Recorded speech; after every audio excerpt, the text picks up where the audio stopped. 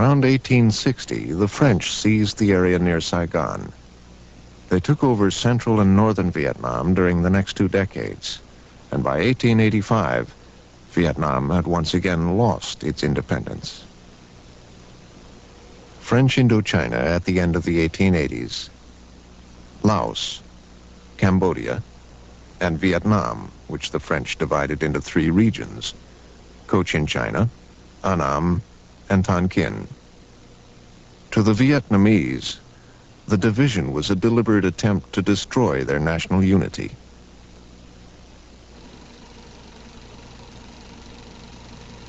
The first moving images of the colonies were recorded in the early 1900s.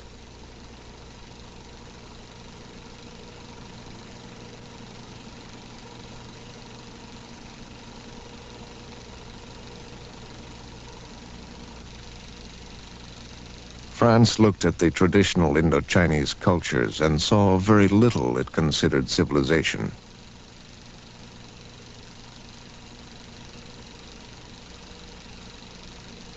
The colonizers took upon themselves the French version of the white man's burden, la mission civilisatrice, the bringing of civilization and Catholicism to the natives.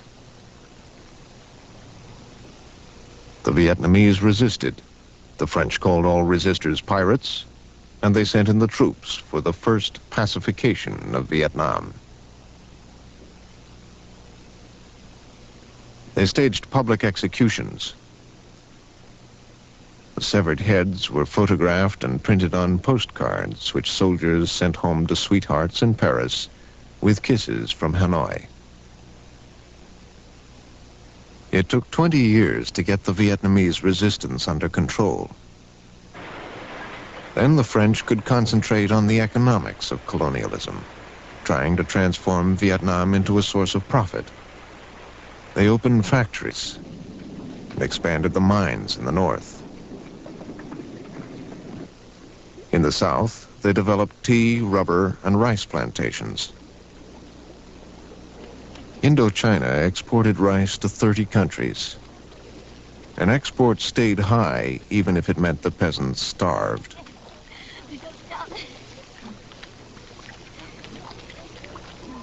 The people here suffered a lot because of high taxes and hard forced labor. They worked from dawn till dusk, but they did not have enough to eat. The cheap labor profited a few French companies, even though Indochina was a financial sinkhole. The French nation spent millions of francs each year to protect and support the colony, while French companies like Michelin Rubber made millions in profits from factories and plantations. French newsreels showed only clean, modern workplaces, but in fact, the Vietnamese worked under the most brutal and degrading conditions.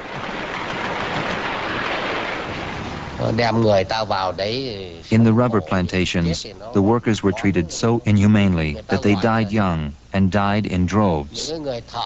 There was a saying that the workers were fertilizer for the rubber trees because their corpses were buried under the trees.